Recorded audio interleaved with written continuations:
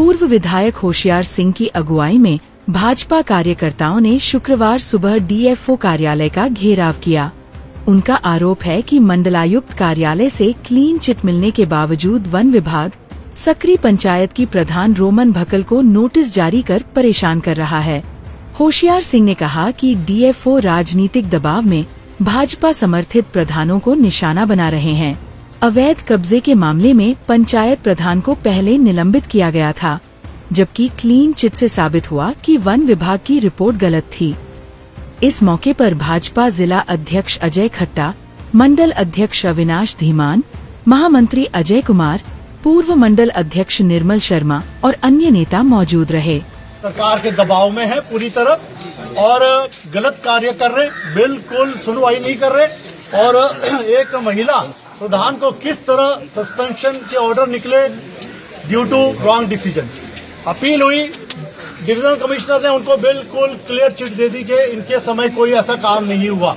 फिर भी इस रोमन ने हिम्मत रखी और अपना केस लड़ती रही, हर जगह गई और जीत के आई। और अब फिर बोलिए और अब फिर से इन्होंने इनको नोटिस निकाल दिया, जो इनकी जहां पर इनका कोई लेना देना नहीं है, फिर इनको नोटिस निकाल दिया। तो ये वो सरकार है। मैं आज आपके चैनल के माध्यम से 4 बातें रखना चाहता हूं।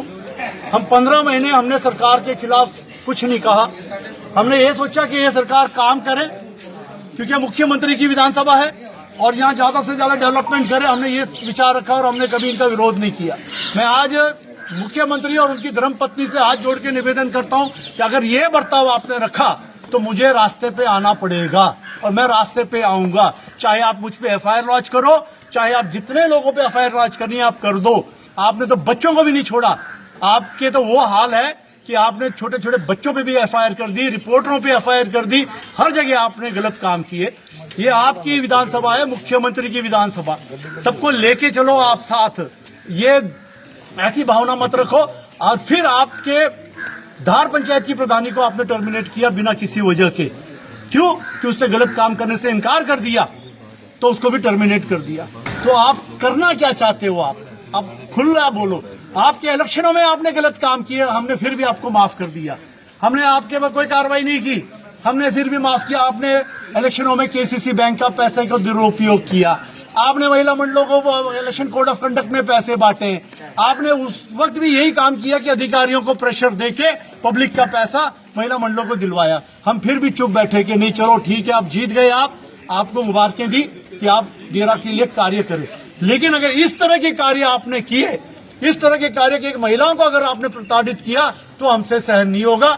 हम आएंगे, आपसे जो होता आप करो, हम भी प्रदर्शन करेंगे और जहां तक हम जो भी कर सकते हम करेंगे।